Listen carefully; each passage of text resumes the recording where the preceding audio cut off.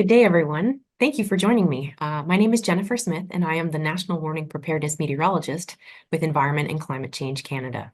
Today, I will be discussing the summer seasonal outlook, as well as some improvements to the air quality program in response to public feedback during last year's wildfire events.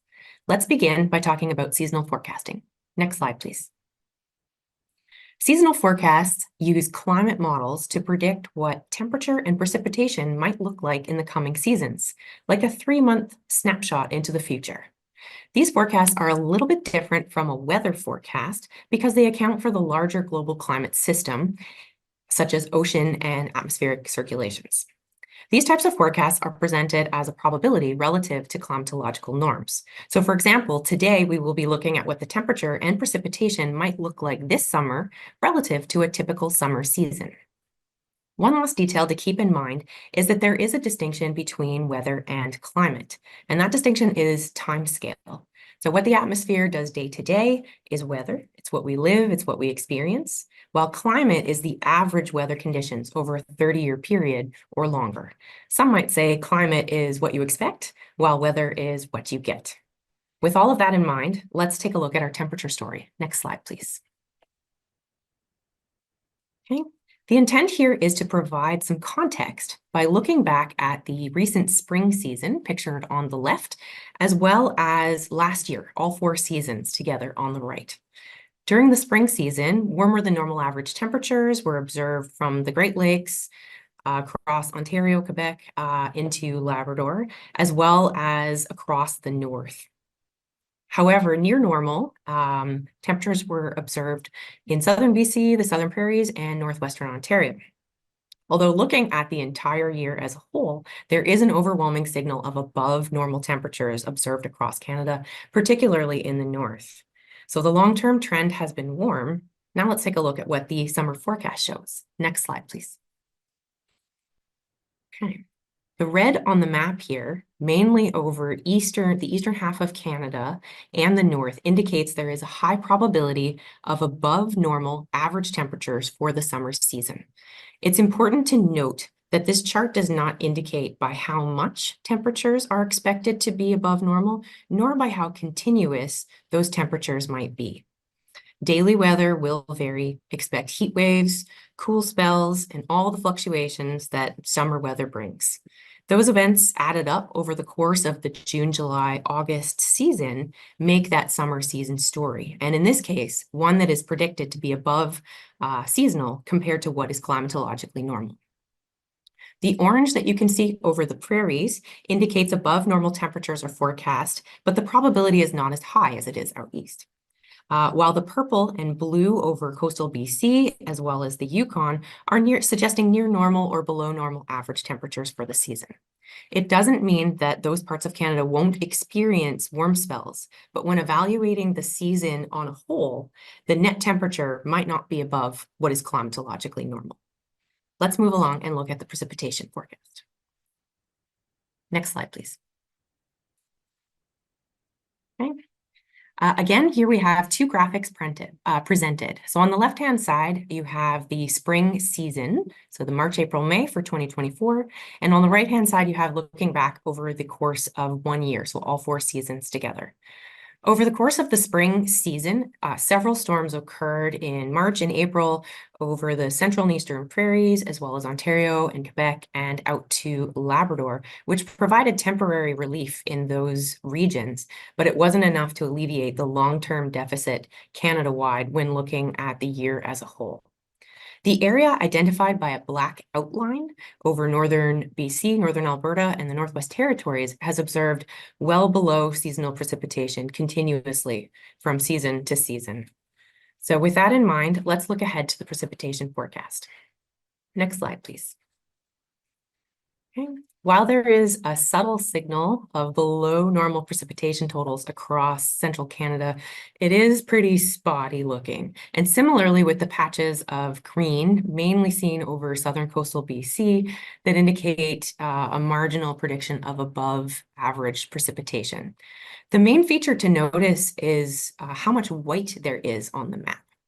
Contrary to what one might think, white does not actually mean normal precipitation totals are expected.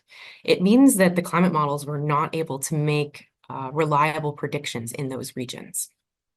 So given all of that, there's not really a clear signal for the summer season in terms of precipitation. Canadians need to be ready for a warmer summer that could be met with drier conditions across the country. As part of our summer story, I'm going to move on now to talk about air quality. Next slide, please.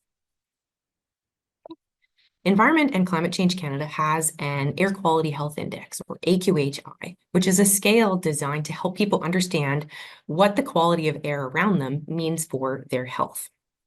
Air quality forecasts and alerts are issued as needed year-round. Last year, Canada experienced its worst wildfire season on record. And as a result, Canadians' air quality was impacted. Hot and dry conditions are probable this summer, given the seasonal outlook, which is conducive to wildfires and thus smoke. So in response to public feedback during last year's wildfire events, improvements were made to the air quality alert system, including a new air quality advisory and improved smoke modeling maps. So let's discuss those further on the next couple of slides. Next slide, please. Okay, there is a new air quality advisory for wildfire smoke conditions.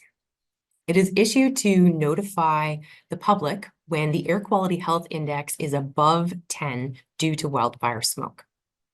It represents very high risk levels, which are typically only experienced due to smoke from wildfire events. It features a red banner notification, like other warnings on the website, such as a thunderstorm, for instance. You see the red banner that pops up on the website at weather.gc.ca, and it can also be seen on the WeatherCan application. This new air quality advisory supplements the existing special air quality statement, and both alerts contain updated messaging developed in collaboration with Health Canada. The last thing I'll mention on this slide is the WeatherCan can be used to set personal notifications for AQHI for any index value of 3 or higher. Since air quality needs are personal, the option is there to choose a setting that suits your personal situation. Next slide, please. The impact of wildfire smoke not only affects regions in proximity to fires, but possibly thousands of kilometers away. Firework is an air quality prediction system that indicates how smoke and wildfires are expected to move across North America over the course of the next 72 hours. So later this summer, in late July, 4 new air quality maps will be launched. One will show PM2.5 in smoke from forest and vegetation, and the other 3 are total PM2.5 ozone and nitrogen dioxide from emissions and wildfire smoke. All maps will show how pollutants are expected to move across Canada and North America. Next slide. Next slide, please. Thank you. In summary, expect above normal average temperatures for the summer season, except areas of coastal BC and possibly touching on the Yukon, where near normal to below normal average temperatures are predicted. Keep in mind that seasonal forecasts do have a high degree of uncertainty, especially with precipitation, and that this is a national scale outlook, so the actual impact will greatly depend on local day-to-day weather. Finally, the summer wildfire season may impact air quality again this year, even thousands of kilometers away from active fires. So knowing how to stay informed so that you can make the best decisions for your own health and safety is key. Thank you very much for listening. I will now pass the microphone over to my colleague, Nathan. Thank you, Jennifer. I'm Nathan Gillett, a research scientist with Environment and Climate Change Canada. Next slide, please. So Jennifer showed you how we are predicting warmer than usual conditions over most of the country for this summer. What are the drivers of this warmth? Well, this map shows observed changes in summer temperature in Canada between 1948 and 2016. You can see that warming has been observed from coast to coast across the country in Canada in summer. Next slide, please. We can analyze the causes of this warming using an attribution analysis. This graph compares the observed warming across Canada between 1948 and 2012 in the dark blue bar with the contribution of human-induced climate change to that warming shown in red. you can see that the human-induced warming explains almost all of the observed warming in Canada over this period in summer. So the signal of climate change on warming in Canada in summer is clear. Next slide, please. Well, climate change does not just affect the mean conditions, it also affects the extremes. This graph shows the costs of natural disasters, extreme events in Canada over the last 40 years. These are the insured losses. You can see several, these are all associated with extreme events. You can see events like the 2016 Fort McMurray wildfire. That was the most costly event in this record. And there's literature that's showing a clear link to human-induced climate change there. So human-induced climate change is one of the drivers of this increase in costs from natural disasters in Canada. These kind of events can cause economic losses, they can cause social disruption, they can cause environmental damages as well as loss of life. Next slide, please. How do we analyze the causes of an extreme event? Well, we can do this with an event attribution analysis. The graph on the right shows an event magnitude. That could be, for example, the temperature of the hottest day in the year. And we can use climate model simulations of this extreme event with human influence, as shown in red, and we can compare those with simulations without the human contribution, as shown in blue. And then when an extreme event occurs, represented by the dashed black line, we can calculate the probability of an event at least that strong in the current climate with human influence, that's shown by the pink area, and we can compare that with the probability of an event at least that strong in the climate without human influence, that's shown by the blue shaded area. And so we can do that through that kind of analysis. We can work out how much more likely that event was because of human-induced climate change. Next slide, please. How long does it usually take to carry out these kind of analyses? Well, typically, these kind of event attribution studies take months, if not years, after an event to carry out. However, we've developed a new prototype system which is able to quantify the role of human influence on the probability of observed heat waves within a week. Being able to provide this information rapidly after an event can help communicate with you, the media, with the public, and also with those working to on recovery after an extreme event. For example, if we think of the BC floods in 2021, which destroyed a number of bridges, it's useful to know soon after the event whether that event was more likely because of climate change and whether it's expected to become even more likely in the future. So right now this system is for heat waves, but we're working on extending the system to cold extremes and also to precipitation extremes. Next slide, please. Okay, with these final slides, I'll show you some example outputs from the system, in this case for a heat wave that occurred in May last year in Alberta. So this heat wave that happened at the end of April, beginning of May last year, coincided with the start of several large wildfires right at the beginning of last year's exceptional wildfire season. The map on the right shows the temperatures on 4th of May last year. You can see that the temperatures were well above normal in Alberta and also extending into neighboring provinces. Next slide, please. This slide shows the evolution of maximum temperatures in Alberta through April and May last year. The red line shows those daily maximum temperatures, and the grey line shows conditions representative of a heat wave. You can see that there was a strong heat wave right at the beginning of May last year, lasting 7 days, and this was followed actually by additional heat waves later in the month. So May really was exceptionally warm in Alberta last year. As I said, that was a key contributing factor to the start of some of those large wildfires.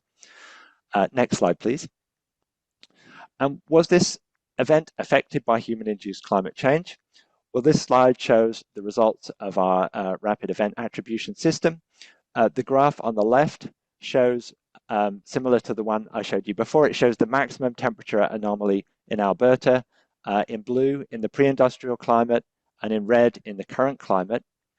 The black arrow shows the observed value of Alberta maximum temperature on May the 4th last year.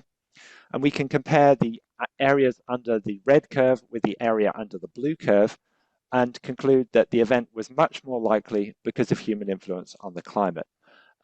Or more in a more quantified way, it was at least twice as likely because of human-induced climate change. And these events, as I said, show the kinds of results that we can produce with the Rapid Event Attribution System prototype. I'll hand back to Jennifer now. Thank you.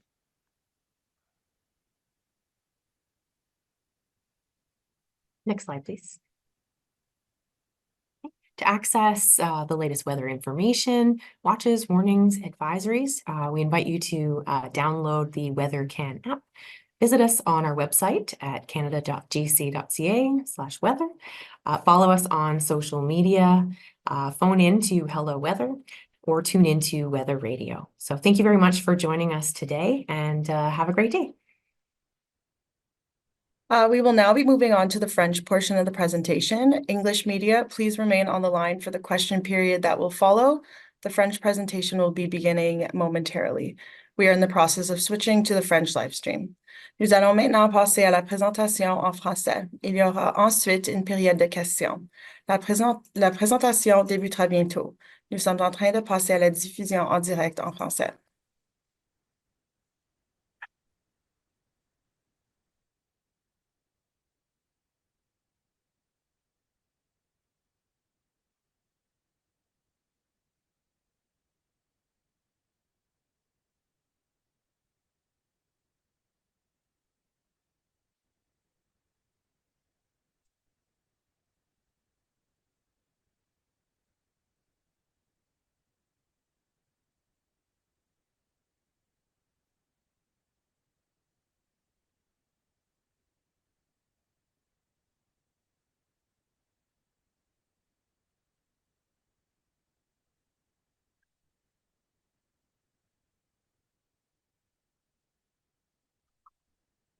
We are live on French media, French Facebook. You can start. Ok, merci. Bonjour à tous, merci de vous joindre à moi aujourd'hui. Je m'appelle Armel Castellan et je suis météorologue de sensibilisation aux alertes avec Environnement et Changement Climatique Canada. Je me joins à vous depuis les terres traditionnelles du peuple autochtone Lekwungen, connu aujourd'hui comme les Premières Nations Songhees et Esquimalt. Aujourd'hui, je parlerai de l'aperçu saisonnier estival ainsi que certaines améliorations apportées au programme de qualité de l'air en réponse aux commentaires du public lors des incendies de forêt de l'année dernière. Commençons par parler de prévisions saisonnières. Diapo suivante. Les prévisions saisonnières utilisent des modèles climatiques pour prédire des températures et des précipitations de la saison à venir. Il s'agit d'un aperçu de 3 mois dans l'avenir. Ces prévisions sont un peu différentes des prévisions météorologiques car elles tiennent compte du système climatique global comme les circulations océaniques et atmosphériques. Ces types de prévisions sont présentés sous forme de probabilité par rapport aux normes climatologiques.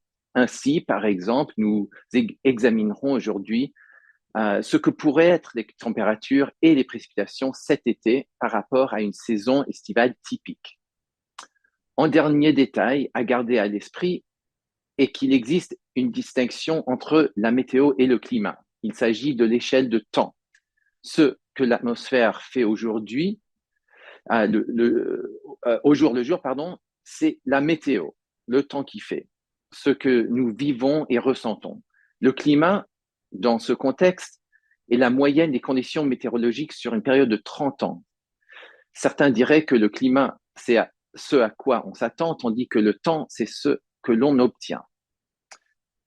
En regardant tout cela à l'esprit, examinons l'histoire de notre température. La prochaine diapo, s'il vous plaît.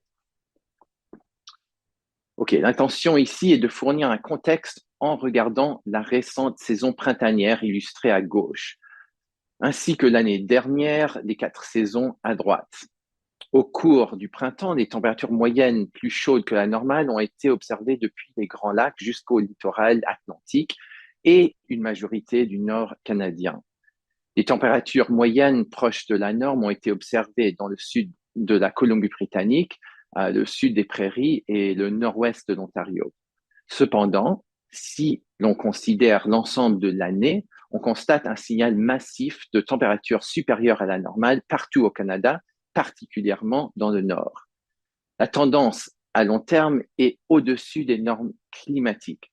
Regardons maintenant ce que montrent les prévisions d'été. Diapo suivante. Donc ici, le rouge sur la carte, principalement sur la moitié est et le nord du Canada, ainsi indique qu'il y a une forte probabilité de température moyenne supérieure à la normale pour la saison estivale. Il est important de noter, ce graphique n'indique pas dans quelle mesure les températures devraient être supérieures à la normale, ni dans quelle mesure les températures supérieures pourraient être continues. La météo quotidienne varie. Attendez-vous à des vagues de chaleur, des moments plus frais et à toutes les fluctuations qu'apporte le temps estival lorsque tous ces événements sont additionnés au cours de la saison juin, juillet et août. Cela constitue l'histoire de la saison estivale. Dans ce cas, il s'agit d'une température qui devrait être plus chaude que ce qui est climatologiquement normal. L'orange, le jaune au-dessus des prairies indique également que des températures supérieures à la normale sont prévues, mais la probabilité n'est pas aussi élevée. Tandis que le violet et le bleu sur la côte ouest de la Colombie-Britannique suggèrent des températures plus proches de la normale ou même inférieures à la normale pour la saison. Le blanc au-dessus du Yukon signifie aucun signal perceptible. Cela signifie pas que ces régions du Canada ne connaîtront pas de vagues de chaleur, mais lors de l'évaluation de la saison dans son ensemble, la température nette pourrait ne pas être supérieure à ce qui est climatologiquement normal. Continuons et regardons l'histoire des précipitations. Diapo suivante. Là encore, deux graphiques sont présentés. À gauche, la saison printanière et à droite, une rétrospective d'un an des 4 saisons réunies. Au cours du printemps, plusieurs tempêtes se sont produites en mars et avril dans le centre et l'est des prairies, ainsi qu'en Ontario et Québec, et jusqu'au Labrador, ce qui a apporté un soulagement temporaire pour ces régions. Mais cela n'a pas suffi à atténuer la longue période, le déficit à long terme à l'échelle du Canada, si l'on considère une année ou même deux dans son ensemble. La zone identifiée par un contour noir sur le nord de la Colombie-Britannique, de l'Alberta et des territoires du Nord-Ouest a observé des précipitations bien inférieures à la normale de façon continue, d'une saison à l'autre. Dans cette optique, regardons les prévisions de précipitations. Diapo suivante. Bien qu'il y ait un signal subtil de précipitation totale inférieure à la normale dans le centre du Canada, il s'agit d'une tendance inégale. De même, les quelques taches vertes, principalement sur la côte de la Colombie-Britannique, indiquent une prévision marginale de précipitation supérieure à la normale. Le principal caractéristique à remarquer est la quantité de blanc qu'il y a sur la carte. Contrairement à ce que l'on pourrait penser, blanc ne signifie pas les cumuls de précipitations normaux sont attendus. Cela signifie que les modèles climatiques n'ont pas été en mesure de faire des prévisions fiables dans ces régions. Compte tenu de tout cela, il n'y a pas vraiment de signal clair pour la saison estivale en termes de précipitations. Les Canadiens doivent se préparer à un été plus chaud qui pourrait se traduire par des conditions aussi plus sèches partout au pays. Dans le cadre de l'histoire de la saison estivale, je vais maintenant parler de la qualité de l'air. Diapositive suivante. Merci. Environnement et Changement climatique Canada dispose d'une cote air santé, ou la CAS, qui est une échelle conçue pour aider les gens à comprendre ce que la qualité de l'air et qui les entoure signifie pour leur santé à eux. Des prévisions et des alertes sur la qualité de l'air sont émises au besoin tout au long de l'année. L'année dernière, le Canada a connu sa pire saison d'incendie de forêt jamais enregistrée et par conséquent, la qualité de l'air au Canada a été affectée. Les conditions chaudes et sèches sont probables cet été, étant donné les perspectives saisonnières propices aux incendies de forêt et donc à la fumée. En réponse aux commentaires du public lors des incendies de forêt de l'année dernière, des améliorations ont été apportées au système d'alerte sur la qualité de l'air, notamment un nouvel avis sur la qualité de l'air et des cartes de modélisation de la fumée améliorée. Discutons-en plus en détail dans les prochaines diapositives. La prochaine, s'il vous plaît. Alors, il existe un nouvel avis sur la qualité de l'air concernant les conditions de fumée des incendies de forêt. Il est émis pour aviser le public lorsque la cote air santé est supérieure à 10 pendant 3 heures minimum, en raison de la fumée des feux de forêt. Cela représente des niveaux de risque très élevés qui ne sont également généralement ressentis qu'en raison de fumée provenant des incendies de forêt. Il comporte une bannière de notification rouge, comme les autres avertissements météorologiques, par exemple pour le temps violent, les orages, etc. Il est disponible sur le site web météo.gc.ca et sur l'application MétéoCan. Ce nouvel avis sur la qualité de l'air complète la déclaration spéciale existante sur la qualité de l'air et les deux alertes contiennent des messages de santé mis à jour, élaborés en collaboration avec Santé Canada. De plus, l'application MétéoCan peut être utilisée pour définir des notifications personnelles pour la cote Air Santé pour les indices de 3 et plus. Puisque les besoins en matière de qualité de l'air sont personnels, vous avez la possibilité de choisir un paramètre qui convient à votre situation individuelle. Diapo suivante. L'impact de la fumée des incendies de forêt affecte non seulement les régions proches des incendies, mais éventuellement à des milliers de kilomètres. Firework est notre système de prévision de qualité de l'air qui indique la façon dont la fumée des incendies de forêt devrait se déplacer en Amérique du Nord au cours des prochaines 72 heures. Vers la fin juillet, 4 nouvelles cartes de prévision de la qualité de l'air seront lancées. L'une montrera les particules fines, le PM2,5, dans la fumée des forêts, et de la végétation. Les 3 autres montreront les particules fines totales, l'ozone et le dioxyde d'azote provenant des émissions et de la fumée des incendies de forêt. Toutes les cartes montreront comment les polluants devraient se déplacer à travers le Canada et l'Amérique du Nord. Diapositive suivante. Donc, en résumé, attendez-vous à des températures moyennes supérieures à la normale pour la saison estivale presque partout au Canada. La zone côtière de la Colombie-Britannique et le Yukon constituent une exception où l'on prévoit des températures moyennes proches de la norme ou même inférieures à la normale. Gardez à l'esprit que les prévisions saisonnières comportent un degré élevé d'incertitude, notamment en ce qui concerne les précipitations, et qu'il s'agit d'une perspective à l'échelle nationale. L'impact réel dépendra grandement de la météo locale au quotidien. La saison estivale des feux de forêt peut avoir un impact sur la qualité de l'air, même à des milliers de kilomètres des feux actifs. Sachez, restez informés afin de pouvoir prendre les meilleures décisions de votre santé et votre sécurité. Merci de votre attention. Pour la suite, je vais passer le micro à mon collègue Nathan. Merci Amel. Je m'appelle Nathan Gillett. Je suis chercheur scientifique à Environnement et Changement climatique Canada. Prochain diapo, s'il vous plaît. Alors, Amel vous a montré qu'on prévoit un été plus chaud que normal cette année. Alors, quelles sont les causes de cet été plus chaud que normal? Alors, cette carte montre les changements observés dans les températures estivales au Canada entre 1948 et 2016. Et on peut voir qu'on a observé un réchauffement partout au Canada. Prochain diapo, s'il vous plaît. Alors, quelle est la raison pour le réchauffement estival qu'on a observé? Alors, cette graphique compare le réchauffement observé au Canada entre 1948 et 2012 en été, et ça c'est en bleu foncé, et on peut comparer ça avec la contribution des changements climatiques d'origine humaine en rouge.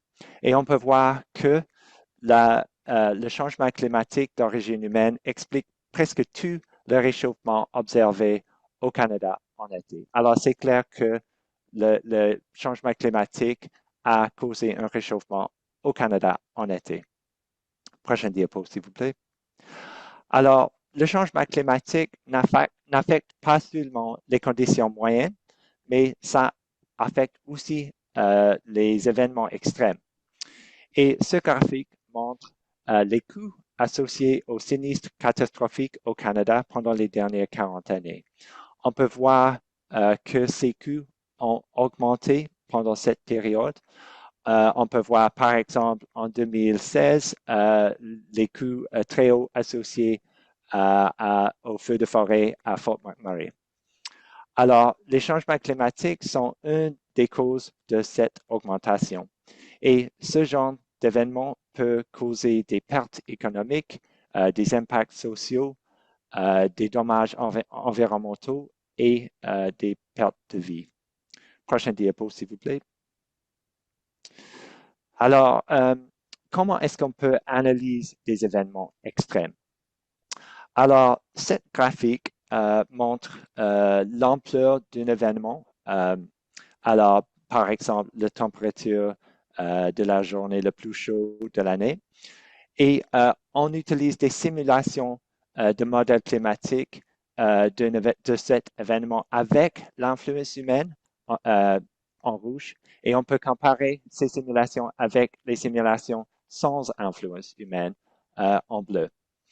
Et si on observe un événement extrême indiqué par la ligne noire, on peut calculer la probabilité d'un événement aussi fort dans le climat actuel, qui est indiqué par la partie rose, et on peut comparer ça avec la probabilité d'un événement aussi fort que l'événement observé dans un climat sans influence humaine, indiqué par la partie bleue. Prochaine diapo, s'il vous plaît. Alors, est-ce qu'on peut faire ce genre d'analyse plus rapidement? Alors, en général, les études d'attribution des événements prennent des mois ou quelquefois des années, mais notre département a développé un système prototype d'attribution qui peut quantifier le rôle de l'influence humaine sur la probabilité d'une vague de chaleur en une semaine. Et ce genre de système d'attribution rapide peut être utile pour informer les médias, les gens, et ça peut être aussi utile pour aider avec la planification de l'adaptation. À ce moment, notre système fait l'attribution des vagues de chaleur, mais des travaux sont en cours pour développer le système permettant d'attribuer les extrêmes froides et aussi les précipitations extrêmes. Prochaine diapo, s'il vous plaît.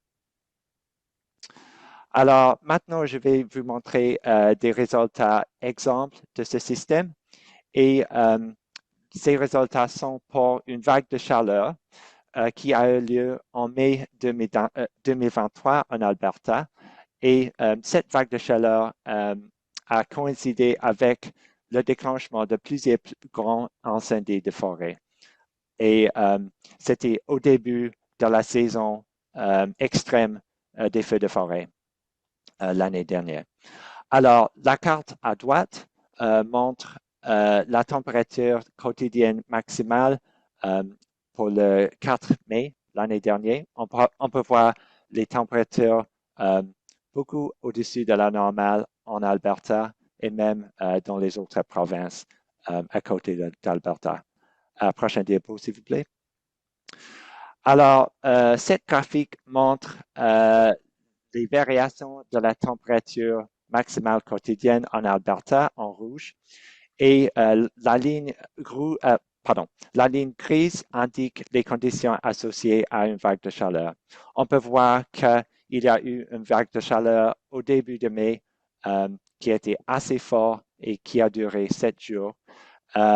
Et il y a eu aussi des autres vagues de chaleur plus tard en mai.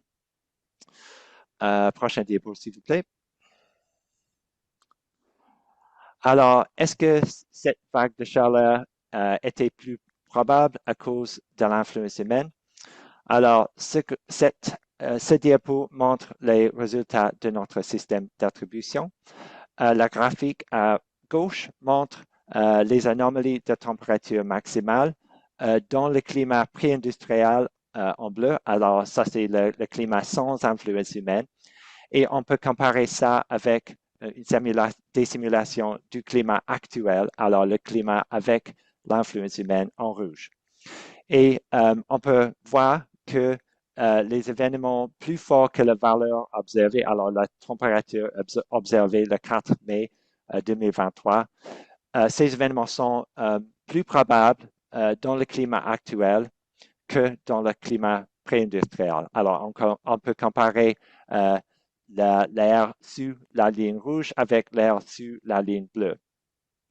Et la conclusion de cette analyse était que l'événement était bien plus probable en raison de l'influence humaine sur le climat. Alors, c'était au moins 2 fois plus probable en raison de l'influence humaine sur le climat. Alors, comme j'ai dit, ce sont des résultats exemples de notre système d'attribution des événements prototypes. Merci. Je vais passer la parole à Armel. Donc, la prochaine diapo, s'il vous plaît. Donc, pour finir, pour accéder aux dernières informations météorologiques, les veilles, les avertissements et les avis, veuillez télécharger l'application MétéoCan. Visitez-nous sur notre site web à météo.gc.ca. Suivez-nous sur les réseaux sociaux, bien sûr. Téléphonez à Bonjour Météo ou connectez-vous à Radio Météo. Je vous remercie d'être venu aujourd'hui et passez un bel été. Au revoir.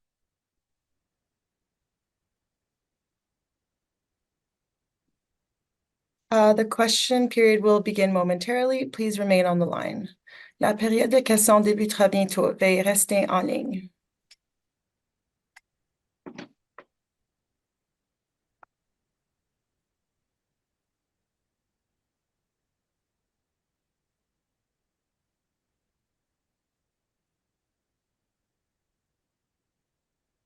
So merci beaucoup. Thank you, Jennifer, Armel, and Nathan. Please note that the bilingual question period will be led by our 3 presenters and that we will also be joined by Céline Odette, Manager of the Health and Air Quality Forecast Services at ECCC, for questions regarding air quality. Veuillez noter que la période de questions bilingues sera menée par nos 3 présentateurs et que Céline Odette, gestionnaire des services de prévision de la santé et de la qualité de l'air à ECCC, se joindra à nous pour les questions relatives à la qualité de l'air. To ask your question via Zoom, please use the hand-raising function, or by phone, please press *9 followed by *6 to unmute yourself. To be called upon, we ask that you make sure your name and your media outlet are clearly identified in your Zoom name. Veuillez utiliser la fonction « Levez la main » si vous avez une question ou sur votre téléphone, veuillez appuyer étoile 9 suivi par étoile 6 pour établir le son. Pour poser vos questions, nous vous demandons de vous assurer que votre nom et votre média soient clairement identifiés dans votre nom Zoom. So our first question is from David Thurton, CBC. Hello, everyone. The first question I just want to ask, just because for broadcast purposes, we only saw the slide when Nathan was speaking. So Nathan, I'm going to ask you to kind of cover some of what you did in your presentation. So here's my question just to prompt you. Can you walk me through again what you're announcing? And specifically, can you tell us how long it typically takes to come up with weather attribution analysis? And are there any other national weather agencies that are doing what you're announcing today? I know that there's some universities and professors and international bodies, but is this the first, national weather agency that's doing this to the best of your ability? Can you answer those questions? Thank you. Yes, I can go ahead and do that. So if I understand correctly, you want to see the slides while I answer? No. I want to see you. Okay. We saw the slides. It doesn't work for good. It doesn't work for broadcast. We kind of need to see a full picture of you. Thank you. Yes. So we have now introduced a pilot rapid event attribution system for heat waves in Canada. This system is able to provide information on the human contribution to an observed heat wave within 7 days of an event occurring. There are several other agencies around the world that are developing or have developed such systems to respond after extreme events, including, for example, the UK Met Office, the German Weather Service, and other Met services around the world. So there certainly are other agencies that have this capacity or are developing this capacity around the world. Thank you. And just as a follow-up, can you tell me how long does it typically take to come up with this analysis? And can you talk to how you've been able to, shorten that time frame? That's huge. And also, sorry, I'm double barreling all of this. But can you also tell me why this is important? Yes, thank you for the question. So our prototype rapid event attribution system is able to provide results within 7 days our prototype weather attribution system is able to provide results within 7 days of an extreme event occurring. Typically, these analyses, if you're starting from scratch, you have to, look at the observations, you have to download a lot of model output, you have to process that model output. So there's a lot of steps to go through. So we have made some decisions in advance. We've chosen regions over Canada that we're going to focus on. We've downloaded the climate model output, processed that climate model output. So the additional analysis we need to do after an event occurs is just get the latest observations, average them over the appropriate regions, and then compare them with the climate model output to carry out the event attribution analysis. And just to reiterate, right now the system is for heat waves. We're working to extend the system to include cold extremes and also rainfall extremes. As to why it's important, well, as I said, typically these kind of analyses can take months or years to carry out. Often by the time the results are available, the public, the media, you can answer this better than me, but typically people have moved on, the interest has moved on to another story. So if we're able to provide those results days after an event rather than months or years, they're likely to be of more interest to people to help understand the impacts of climate change. Also, for those working on, for example, recovery from natural events, from disasters, and for those planning climate change adaptation, also for those people, it's useful to know soon after an event whether an event was made more likely because of human-induced climate change. For example, if we take the example of the BC 2021 floods, which destroyed a lot of infrastructure, including a lot of bridges, if you're rebuilding those bridges soon after an event, it's helpful to know whether the event was made more likely because of human-induced climate change and whether it's expected to become more likely in the future. Thanks. Notre prochaine question provient de Marc-Antoine Leblanc, Radio-Canada.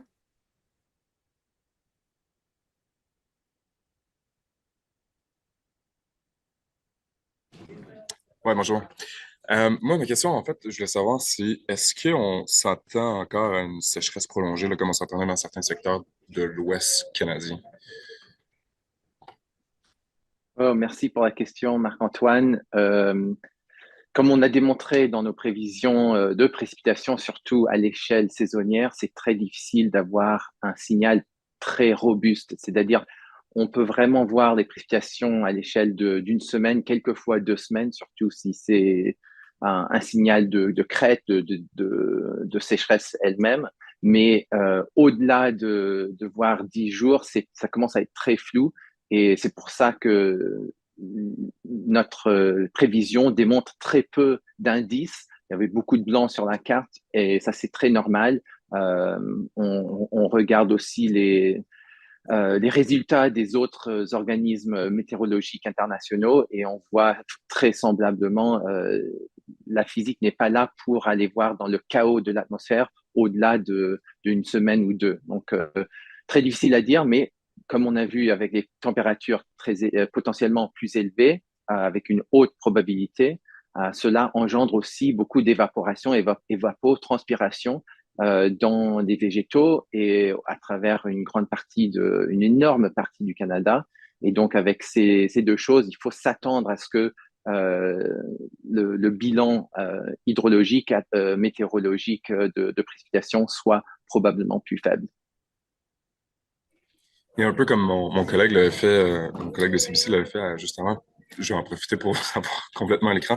Pourquoi est-ce qu'on n'est pas en mesure de prévoir avec clarté en fait les précipitations? Là, je pense que vous avez employé les termes, on n'a pas de signaux clairs par rapport aux précipitations comparativement notamment à la température pour les 3 prochains mois. Là, comme vous l'avez dit, on voyait la carte où il y avait des zones blanches. Pourquoi exactement? Alors, c'est une très bonne question et il faut aussi comprendre que l'atmosphère, c'est un fluide qui est très dynamique et même chaotique. On peut avoir des conditions initiales qui se ressemblent énormément et en fait, c'est justement l'idée de la modélisation ensemble et c'est ce qu'on fait. On envoie beaucoup de modèles avec des conditions initiales très semblables, mais qui diffèrent vraiment très légèrement dans le temps. Et on voit à quel point la prévision proposée par chacun de ces modèles est différente quand on se propage à 3-4 jours même, et sûrement plutôt à 1 semaine, voire 10 jours. Donc, c'est une méthode qu'on utilise très souvent et on peut voir que c'est vraiment impossible d'avoir un signal clair quand on veut savoir où sont les grands événements qui vont donner beaucoup de pluie, beaucoup de neige, etc. Donc, c'est différent des idées qu'on peut utiliser pour les températures. Justement, les modèles peuvent avoir peuvent mieux cibler le signal parce qu'il va avoir une conséquence des océans qui nous entourent, etc. Mais pour des précipitations, c'est excessivement chaotique. On peut l'utiliser d'une façon très scientifique et le dire ainsi. Et ensuite, on peut ne pas avoir de signal qui est bon, surtout pour les 3 mois à venir. Quand ça vient à 1 mois, on peut commencer à avoir une idée. Et quand c'est dans les 5-10 jours, ça va beaucoup mieux.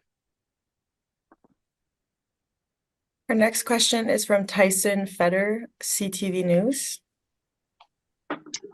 Thanks, guys. Coming out of Calgary here, so I think this one might be for Nathan here. Just in regards to basically what we're expecting here across the prairies, especially here in Alberta as we head into the summer months. Nathan, you mentioned in your presentation from last May that Alberta saw record heat. Of course, the heat wave for 7 days, of course, coinciding with the wildfires. This May was a little bit of a different story. There was some forecasts out there even saying that we had as much rain as we saw in the 2013 floods for the month of May. Will that rain have enough impact to keep drought conditions relatively stable or even lower than possibly predicted, especially knowing that we still have quite a bit of snowpack in the mountains as well? Thank you for the question. So I'll make some comments and then pass back to Jennifer or Armel. You're right that in Alberta it has been wetter than normal. That does reduce the drought risk, but as was shown, we are predicting a warmer than normal summer for the rest of the summer, and our colleagues at NRCan, Canadian Forest Service, are predicting increased wildfire risk for the central part of Canada for the later part of the summer associated with those warmer than normal conditions. But yeah, I'll leave it there and pass back to either Jennifer or Armel. Thank you, Nathan. I don't have a whole lot more to add. Just that precipitation forecasting is very challenging. It's hard to know if this season is going to have a continuation of the precipitation that you've seen so far in May, helping to alleviate some of the drought condition. From what we've seen over the last year, there is quite a drought across Canada. Certainly a deficit is noted in northern Alberta in particular, and that part of the country doesn't just like most of the rest of Canada, hasn't seen enough precipitation, and there's no real way to know other than the sort of your 5 to 10 day forecast whether or not that precipitation will continue for the region. Unfortunately, the science just isn't there yet to know if we've got precip in store to alleviate the deficit that's there. And then just a quick follow-up. There's been some extenuating circumstances here in Calgary over the last week or so with the main water feeder main rupturing and basically blowing a bunch of water across parts of the northwest part of this province. The city's in stage 4 water restrictions when it comes to outdoor water use. In that sense, the fact that we're already at that stage 4 and we've had enough precipitation in May, but of course you guys are predicting a quite hot summer. Are water restrictions and these types of things because of drought possibly going to be something that becomes normal, especially in this part of the country? That's a good question. I can really only speak to the weather aspect of that. I wish I could offer more, but it certainly looks like in the for the summer season, it doesn't look like we're going to have an overwhelming cooling trend that would alleviate that issue. But within the time frame of the summer season, there will be periods of warmth, but there may be cool spells mixed in there as well. It's really hard to say whether or not the local weather each week will help or hurt that situation. So fingers crossed for you, but there's nothing I can offer, unfortunately, from meteorology perspective to give you any comfort or guidance regarding that. I'm sorry. I can perhaps add a few words on the climate change perspective. So if we look at the climate change signal in terms of precipitation in the summer, those forecasts are uncertain. We expect precipitation to increase in the annual mean across Canada. In southern Canada, like I said, it's uncertain. Some models, some projections, so a decrease in the summer. But we certainly do expect a warming. That warming is going to tend to dry out soils, dry out forests more quickly as we move into the future. Another thing that could be important for the water supply in that region is that snow is already melting earlier in the season. That trend is going to continue, so that is going to tend to mean that the peak river flows, where those are important for water resources, will happen earlier in the year, and the summer river flows are expected to be lower as we move into the future. Thanks. Our next question is from Bob Weber, the Canadian Press. Hi. You folks have been doing these seasonal forecasts for a while now. I'm wondering if you ever go back at the end of the season and just kind of compare your predictions with what actually happened, and if so, what's your batting average? That's a very good question. Armel, did you want to speak? Yeah, I could make a couple comments. It's a great question, and absolutely, because we're a science and evidence-based organization, we look at the verification scores of our forecasts, both for the alerts that we see in the public, whether it's a rainfall or extreme heat, but also at the seasonal scale. And in fact, we then can compare various seasons on how they do on average. So spring is notoriously difficult. March, April, May, meteorological spring is probably the hardest season to get the best batting average, as you put it. Summer is quite a bit better, as is winter and fall. Sometimes we have strong El Nino signals or La Nina, and that can also bolster the confidence or the certainty of a forecast. And so when we look back, we can honestly say, how did we do? And March, April, May is a good example where the forecast was warmer than what we saw. So that's, in a sense, not that big of a surprise for the spring.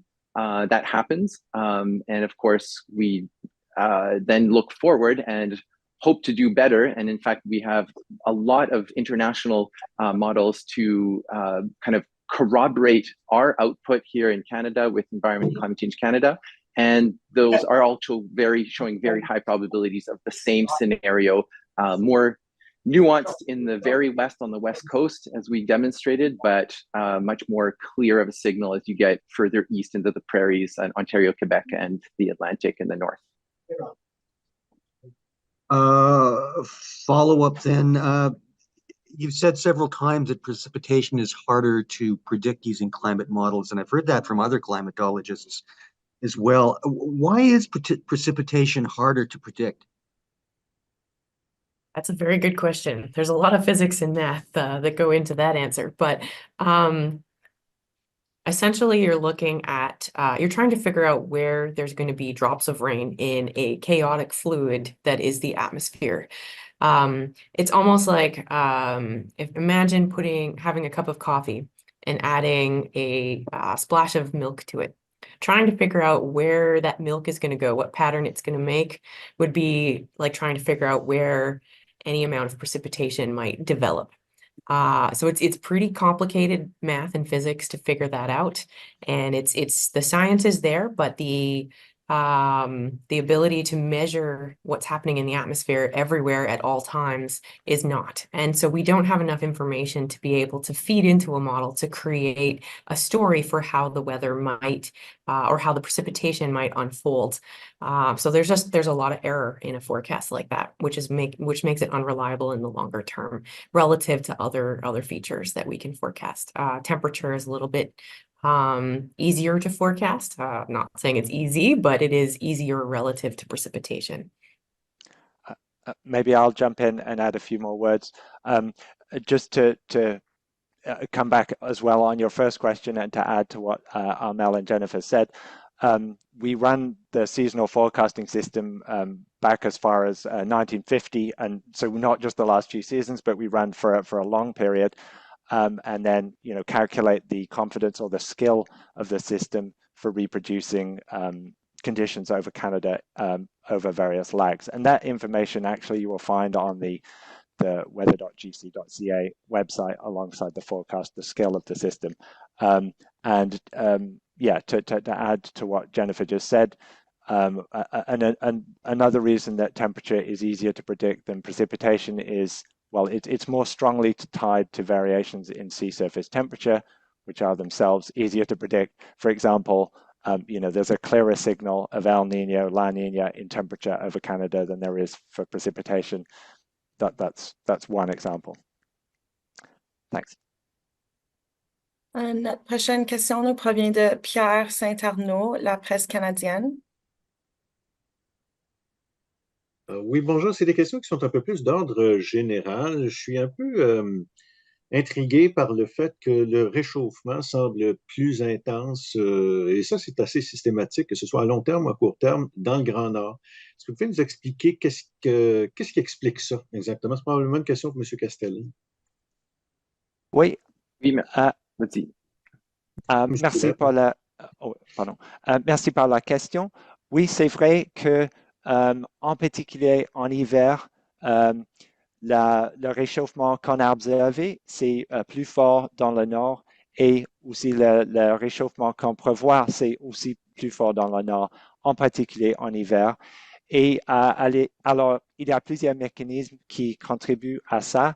Alors, un, c'est que si on commence avec la neige et on voit un réchauffement, la neige fond et alors la neige reflète le soleil, et si la neige fond, la Terre absorbe plus de soleil. Alors ça, c'est une rétroaction qui augmente le réchauffement. Ça, c'est un exemple. Aussi, il y a des changements de la circulation planétaire qui contribuent à le réchauffement augmenté dans l'Arctique, dans le Nord. Alors, il y a plusieurs mécanismes qui contribuent à ce réchauffement augmenté dans le Nord, mais c'est un résultat très clair. On voit ça dans tous les modèles climatiques.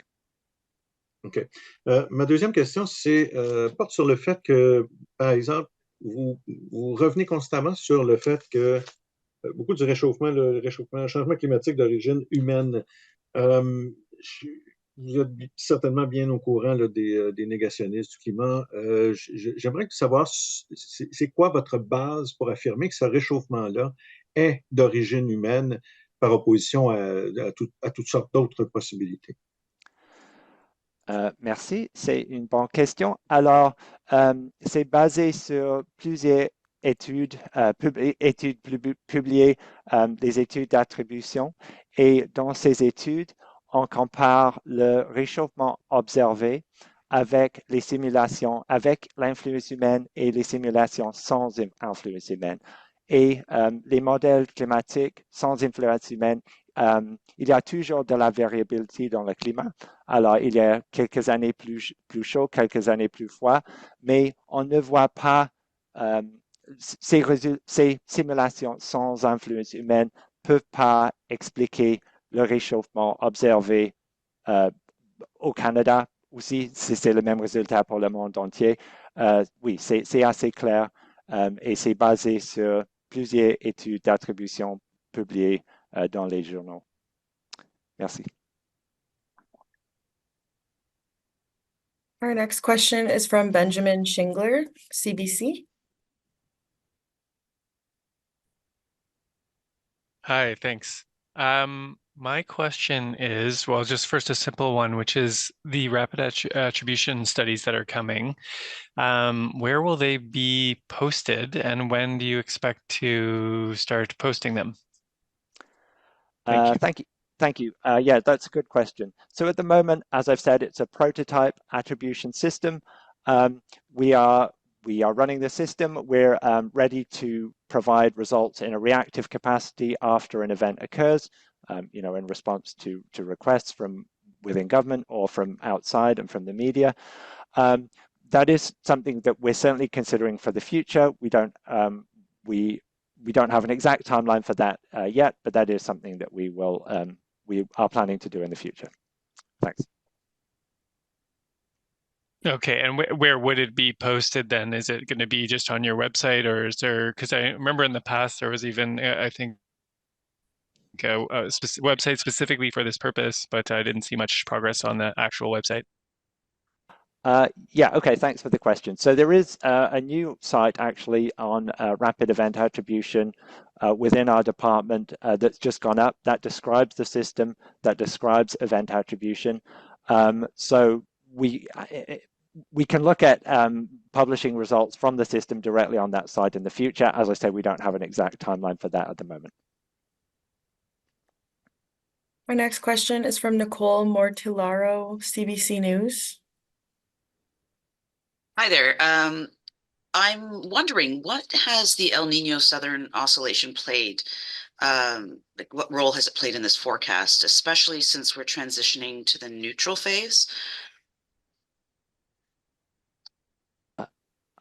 Shall I? I'll take an initial go at responding to that and then pass to my colleagues. So that you're absolutely right. El Nino is forecast, or we're just finishing a strong El Nino period where the neutral conditions are predicted for this summer. And in any case, El Nino, La Nina do not strongly influence Canadian climate in the summer. So we don't expect that El Nino, La Nina are playing a strong role in this forecast for this summer. Looking further ahead, most models are predicting a La Nina for next winter. So that's something to keep in mind, but we don't think that it's having a strong influence for this summer. Thank you. Do you have a follow-up question?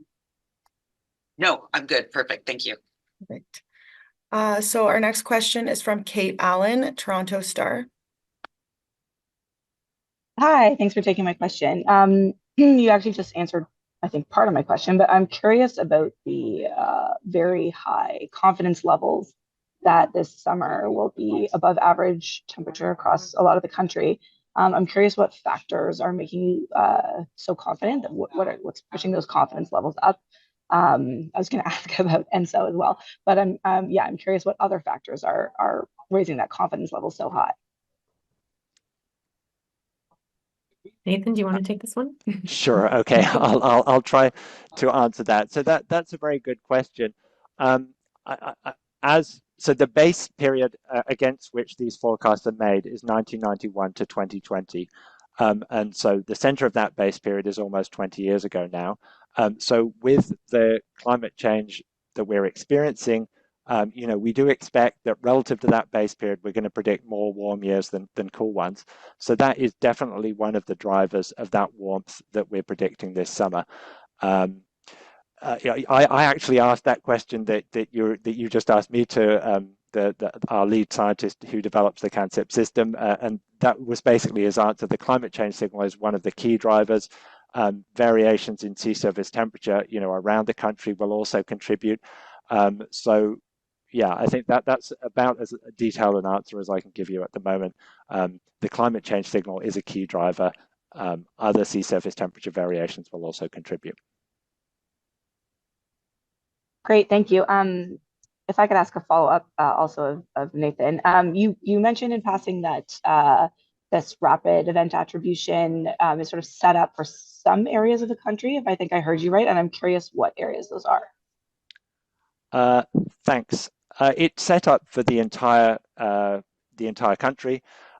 We have the regions that we're covering are based on the provinces. In some cases, larger provinces are divided into two subregions, like, for example, for BC, we have northern and southern BC. Ontario, Quebec are also divided into subregions. And the idea is that each of these regions are about the same spatial area, so the kind of characteristics of the variability will be similar for each region. But yes, it's the whole country, and it's regions based on the provinces. Our next question is from Sean Preble, Global News. Yes, can you hear me okay? Yes. Okay, good. Just making sure. You never know with these with the Zoom calls. So I know that Jennifer, but this can be directed to anyone really. There was talk about the air quality health index, especially with wildfire smoke, what we saw last year. I'm just kind of curious, going into this summer with above normal temperatures, even though the wildfire, difficult to say what we're going to see. How much concern is there around air quality, especially given the introduction of this above 10 health advisory showing up, like thunderstorm advisories? Just kind of curious, like, how much concern is there about air quality going into this summer? That's a great question. I'll defer to Celine, but I will mention just quickly that conditions that are favorable for fires that meteorologists are monitoring for are heat, dry conditions, and usually windy as well, because that will contribute to development and spread of fires. And then, as you mentioned, thunderstorms. So lightning strikes, especially thunderstorms that aren't producing a lot of rain, are certainly hazards that can ignite fires and lead to the development of smoke. And then the wind, of course, would affect where that smoke is being dispersed and how much it is being dispersed throughout the atmosphere. Sometimes it remains in the high levels of the atmosphere, and other times it's able to mix down to the surface. And that's sort of the meteorology side of it in terms of how we can forecast where that smoke might end up if it were to form, and then the types of conditions that might ignite fires. But I'll turn it over to Celine to speak more about the air quality index and what might be expected for this summer, if she knows. Well, actually, Jennifer described it well, because it is difficult to predict where the smoke is going to be until we see where the fires are and the meteorological conditions. Last year it was an outlier year for smoke. We had never had that kind of smoke in a long time, not during our measurements of the air quality health index, and not during our measurements of even air pollutants for the last 55 years. So significant PM 2.5, which is why we implemented the air quality advisory, because the smoke season had lasted so long in certain areas. Last year, they were always gray, the special air quality statements. So the red air quality advisory was implemented to just bump up that alert, to let people know that there is conditions out there that are of a risk to health, especially if you're a sensitive individual. But for this year, it's hard to predict until the smoke starts to appear, and we're hoping that it doesn't impact large centers like it did last year. But if it does, then we are prepared to issue the special air quality statements, the air quality advisories, And we've updated our calculations as well to be more responsive as well. So that's all we can say for now. Thanks. Thanks. If it's okay to do a follow-up, Sure.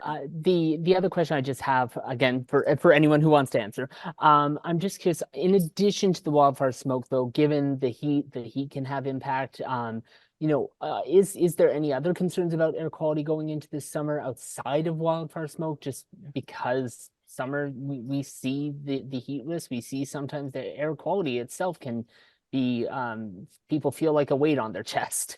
Yes. So with the heat in urban centers, you can also get the formation of ozone because it mixes with the NO2 that's in the air. So the NO2 is emissions from cars and factories and combustion. It will be produced on a regular basis, but with the heat and the increased heat and sunlight, then you get formation of ozone, and we could have some extreme events. We've had extreme events of ozone as well, even with wildfire smoke in the West. Because of the precursors to ozone, which could be VOCs or NO2. So yeah, we do have advisories still. The special air quality statements would be issued if the AQHI was reaching 7, even for those events. However, they've been few and far between. We haven't had that many, and they're usually in Southern Ontario. And sometimes the eastern provinces will get the flow of ozone from the eastern seaboard as well, from the States, coming up from the States, and that could be increasing with heat and with the summer. But they're not as common as they used to be. So I think that's good news because we are reducing our NO2. NO2 is historically at its lowest concentration, looking at long-term trends. But yes, if you're an individual that is sensitive to air pollution, you should watch the AQHI and set up those notifications on the WeatherCan app, and it can be very helpful because you'll get notified of an observation or even a forecast that the AQHI will be high. So set your own number. It's really a self-calibration tool. If you're sensitive, you want to set it to a lower value. If you're not as sensitive, you can set it to a higher value. From a meteorology perspective, if I can just jump in, usually situations where you do have the kinds of conditions that Celine was speaking about is under a ridge of high pressure when the air is stagnant and it has nowhere to go. So those are the types of situations where they often most occur. And sometimes it does depend on where the wind is blowing, if it can gently eject a plume of poor air quality into a region. And those are the types of situations where we see air quality situations like that. Exactly. Thanks, Jen. Yeah. So if you would like a PDF copy of the PowerPoint presentation, please send an email to media@ec.gc.ca.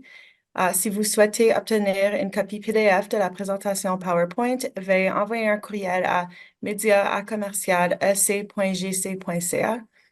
This concludes today's media availability. Thank you. C'est ce qui conclut la conférence de presse d'aujourd'hui. Merci beaucoup.